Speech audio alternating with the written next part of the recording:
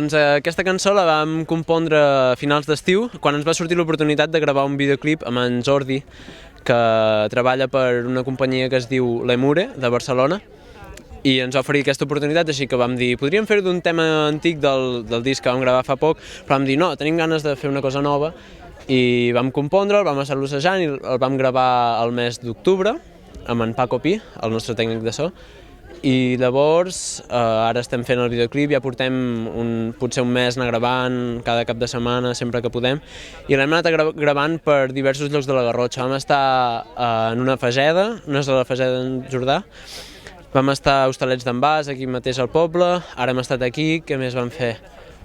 Demà gravarem en un paller a Batet, ensenyar una mica la Garrotxa que tant ens estimem tots, ja que la majoria som de la Garrotxa, així que hem volgut ensenyar-la en el nostre videoclip, en el nostre primer videoclip. I aquesta cançó que ens parla? Ens parla, el títol de la cançó diu Vine, i és una mica alhora com una cançó d'amor i una cançó de que volem convidar la gent a venir als nostres concerts. Vine als nostres concerts. Vigilem el foc!